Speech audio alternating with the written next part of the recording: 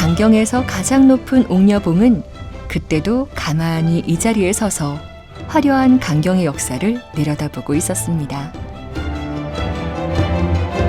옥녀봉이라고 적힌 커다란 표지석이 보입니다. 강경의 모든 역사를 다 간직하고 있는 곳인데, 이 뒤에 보시면 바로 보이겠지만 이제 봉수대가 있던 자리고, 그래서 이제 호남 쪽에서 있었던 큰 일들이 있으면 이제 호남 쪽에서 오는 봉수를 받아서 이쪽에서 이제 노성산성 쪽에 있는 봉수 쪽으로 전달을 해주는 그런 중요한 역할을 했는데, 이 옥녀봉에 올라오면 강경 시내 전체가 다 보이고, 또 옛날에 아주 그 번화했던 모습, 또 이 백제시대부터 있었던 그때의 모든 역사를 지금까지 지켜보고 있는 곳이 옥녀봉입니다. 조선시대 호남과 충청을 연결하는 중요한 역할을 했던 옥녀봉 봉수대. 옥녀봉 정상, 이 봉수대에 서면 강경이 한눈에 들어오는데요. 번성했던 시절부터 일제강점기, 그리고 오늘날까지 이 자리를 묵묵히 지키며 강경의 모습을 지켜보고 있습니다. 지금 보시는 데 쪽이 일본인들을 식민을 하면서 이쪽에 와서 이제 뭐 각종 그 농업이라든지 상업, 이런 은행 뭐 이런 것들을 세우면서 세운 일본인 구역입니다.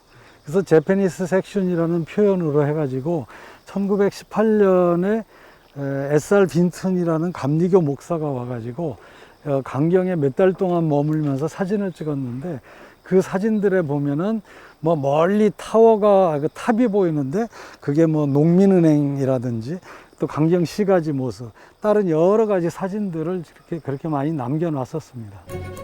수상과 육상교통의 요충지였던 강경. 상업도시로서 전성기를 누렸던 20세기 전반기에는 읍내 인구만 무려 3만 명에 달할 정도였다고 합니다. 저 오른쪽이 이제 그 공주 부여에서부터 이 금강줄기가 쭉 내려와 가지고 왼쪽에 큰 쪽을 향해 가면 이제 바로 군산항이 나오게 되는데, 이런 상황이기 때문에 강경이 여기까지 이제 그 옛날에 어선들이 들어오고, 또 고깃배라든지 소금이라든지 또 각종 요 논산 지역에서 나오는 곡물들을 일제 때는 여기서 실어 가지고 군산 통해서 이제 일본으로 가기도 한 그런 어떤 그 물류 집산의 중심지였었습니다. 넘쳐나는 수산물과 농산물을 따라 강경을 찾아온 상인들, 거기에 주민들까지 더하면 강경의 하루 유동인구는 약 10만 명이 넘었을 거라는데요. 밀려드는 상인들로 인해 기존에 운영되던 상시장 외에 또 다른 장터인 하시장을 운영했을 정도랍니다. 강경 곳곳에선 그 번성했던 시절의 흔적들을 눈으로 확인해 볼 수 있는데요. 멋들어지게 지어놓은 이 붉은색 벽돌 건물이 대표적인 장소입니다. 이 건물은 한일은행 지정 건물입니다. 지금 현재는 역사관으로 이제 쓰고 있는데, 1905년도에 자본금 50만 원으로 한우농공은행이 설립이 됐어요. 그리고 1907년도에는 한일은행 지점으로 이제 승격이 됐습니다. 그리고 1913년도에 이 건물을 지은 것이죠. 그때 당시 붉은 벽돌로 이렇게 지은 거예요. 그리고 은행의 특수성을 감안해서 문이 이렇게 좁고 하나밖에 없잖아요. 그리고 바로 옆에 큰 저 허물어져 있는 저 건물이 바로 창고동입니다. 지금은 서류로 만들어서 돈을 이렇게 빌리지만, 그때 당시에는 전당포 같이 물건을 갖다 맡기고 이렇게 돈을 빌렸기 때문에 큰 창고가 필요했는데, 6.25 때 폭격으로 이제 소실됐고요.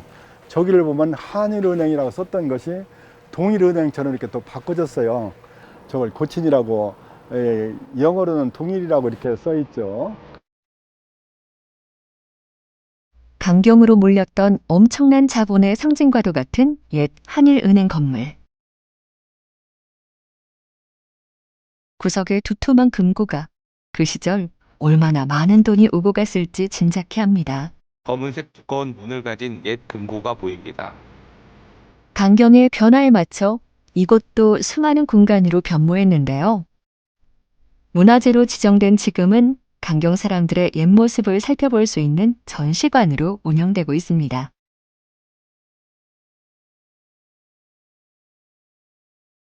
그때 당시에는 석유가 굉장히 귀했어요.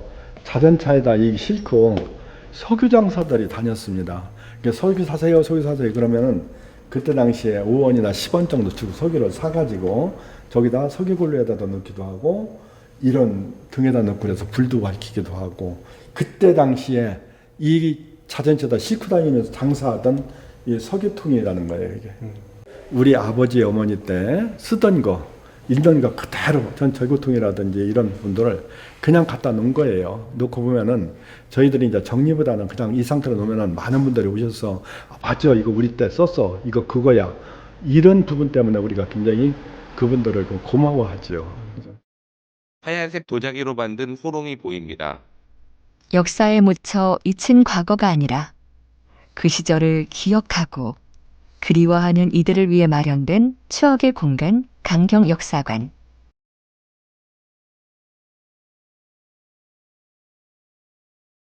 특히 경제적으로 풍족했던 그 시절의 사진들이 많이 눈에 띄는데요.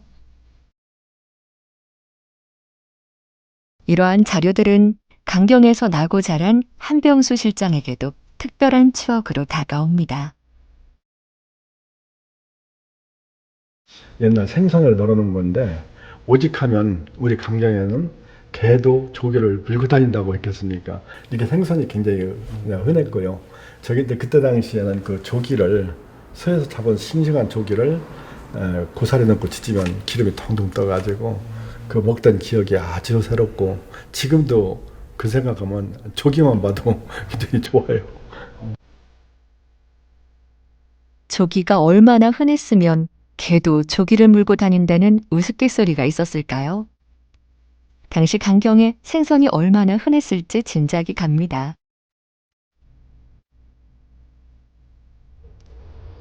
그렇게 많은 물자와 돈, 또 화려한 문화가 물렸던 강경. 그렇다면 강경은 어쩌다가 쇠퇴의 길을 걷게 된 걸까요? 순산 하구뚝이라는 데를 뚝을 맡게 돼요. 그 바닷물과 강물이 교차했던 지점에 뚝을 세워서 그 민물이 유입을 못하게 그렇게 뚝을 만들게 됩니다. 그때부터 어획량도 줄고 여기까지 이제 배 들어오는 것도 줄다 보니까 사람들이 그때부터 이제 한 사람 두 사람 안 오기 시작해서 지금은 그래도 많은 성수기를 누리고 있지만 세대가 변하기 때문에 이 젓갈시장도 변하지 않나 싶네요. 6.25 전쟁 이후 경부선을 축으로 이뤄진 개발. 그러다 보니 부산항이나 인천항이 주로 발달하게 되고 강경은 자연스럽게 쇠퇴되고 맙니다. 거기에 1990년 금강 하구뚝이 만들어지면서 서해에서 올라오던 백길마저 끊기게 되고 그나마 남아있던 수은 기능마저도 사라지게 된 겁니다. 더 이상 빛나지 않고 북적이지 않는 한적한 곳이 되었지만 긴 역사가 깃든 도시인 만큼 그 시절을 그리워하는 향수와 추억은 여전합니다.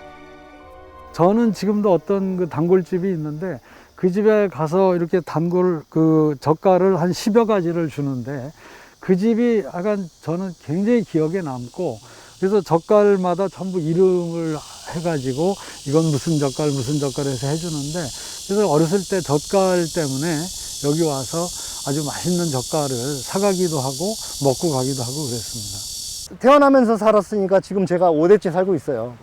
5대째 살고 있고 저희 할아버지 때부터는 조선시대 구한말부터 일제시대를 다 겪었던 분이죠. 그 어렸을 때 배만 두르면요 그 동네 잔칫날이었어요.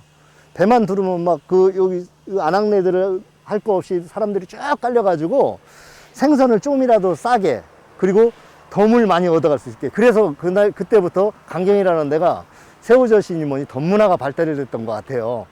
한 마리 사면 한 마리를 더 주는.